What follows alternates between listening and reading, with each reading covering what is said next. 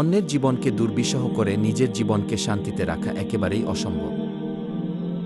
আল্লাহর একটি বিধান রয়েছে, আপনি যদি কারো জীবনে শান্তি এনে দেন, আল্লাহ আপনাকে শান্তি দান করবেন। কিন্তু যদি আপনি অন্যায়ভাবে কারো হৃদয় ভেঙে দেন, তাহলে আপনার নিজের হৃদয়ও ভেঙে যাবে, বারবার কোনো না কোনো মানুষের দ্বারা ভেঙে চুরমার হয়ে যাবে। ভাইয়েরা, মানুষের অধিকার অত্যন্ত সংবেদনশীল বিষয়। আপনি যত অন্যায় করুন না কেন, হয়তো কবরে গিয়ে তা ক্ষমা হয়ে যেতে পারে।